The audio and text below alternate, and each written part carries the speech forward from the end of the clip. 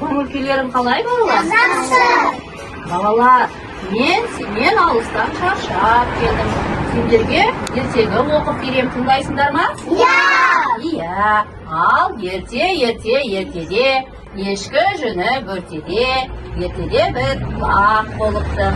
Ал балалар, ертегіміздің аты лақтың мүйізі екен балалар. Тыңдаймыз ба? Ертеде бір мүйізсіз лақ болыпты. Оның барлық отбасы мүшелері, мүйіздерімен болған. Бұл айырмашылығын көріп, кішкентай лақ соған өте қапаланған.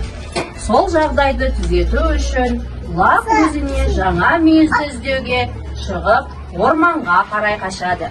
Орманға келгенде кішкентай лақ көп ағаштардың бұтақтарын көріп, қалай олар үлкен мүйіздерге ұқсайды. Мен жинап олардан өзіме мүйіз жасаймын деп ойлайды. 2 күн бойы лақ мүйіз жасап үйіне оралады. Ол ата-анасына мақтанып, менде ең үлкен және әдемі мүйіз бар деп мақтанады. Ата-анасы оған үндемейді. 1 ай өтеді. Өкінішке орай бұтақтар құрғап қалып түсе бастайды. Оны көріп, лақтың көңілі қайтадан бұзылады. Сонда ешкі ана, лағым-ау, сен неге өз-өзіңді алдап жүрсің? деп сұрайды. Өйткені сіздердің барлықтарыңызда мүйіз бар. Ал менде мүйіз жоқ. Менде мүйізді болғым келеді. Неге менде мүйіз жоқ? деп өксіп жылап анасынан сұрайды. Анасы, себебі сен әлі кішкентайсың. Үлкейгенде сенің мүйіздерің өседі деп жауап береді. Ешкі ана, 5-6 ай өтеді. Көктем келгенде лақтың мүйізі өседі. Соған лақ текеге оралып, анашым, менде мүйіз өсті деп қуанып айқайлайды. Сонда лақ ешқашан мақтанбау және өтірік айтпау керек екенін түсіндіреді балалар.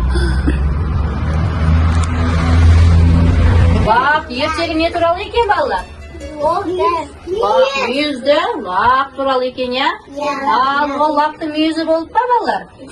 Жоқ. Ол орманға барып, не жасап алыпты өзіне? Мүйіз жасап алыпты.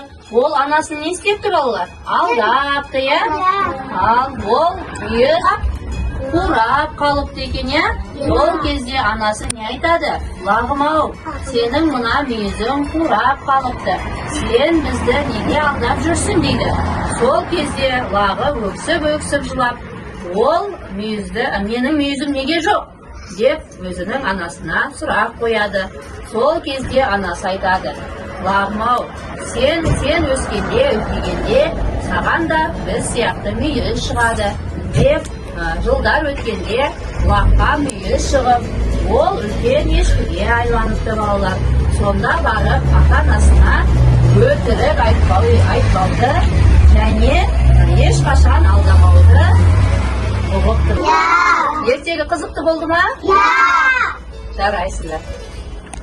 Ал балалар, осымен ертегіміз аяқталды балалар.